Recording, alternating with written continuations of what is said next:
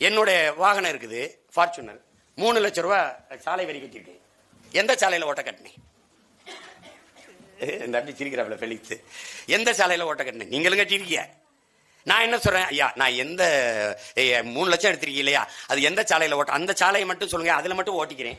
நீங்க அது போக 100 கிலோமீட்டருக்கு ஒரு தடவை எதுக்கு 50 ரூபா நீங்க 100 ரூபா என்ற கப்பம் வசூலிக்கிறீங்கன்னா பதில் இல்லை. அத கொடுமையான வரி.